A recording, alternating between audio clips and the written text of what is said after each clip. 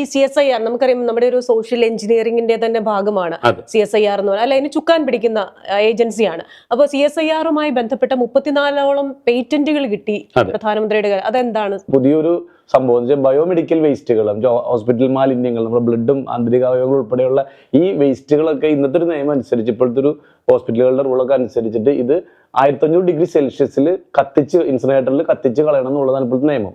ഇതിങ്ങനെയൊക്കെ പറയുന്നുണ്ടെങ്കിലും ഇത് നടപ്പിലാക്കുന്നുണ്ടോ എന്നുള്ളത് വളരെ ചെറിയൊരു ശതമാനം മാത്രമേ നടപ്പിലാവുന്നുള്ളൂ. ബാക്കിയുള്ള വേസ്റ്റുകളെല്ലാം തന്നെ ഇനി കത്തിച്ചാൽ തന്നെ ഇത് അന്തരീക്ഷത്തിൽ ഉണ്ടാക്കുന്ന മലിനീകരണം മറ്റു ആഗോളതാപന പ്രശ്നങ്ങളൊക്കെ വേറെ ഉണ്ടെങ്കിലും അതുപോലും മര്യാദക്ക് നടക്കുന്നില്ല.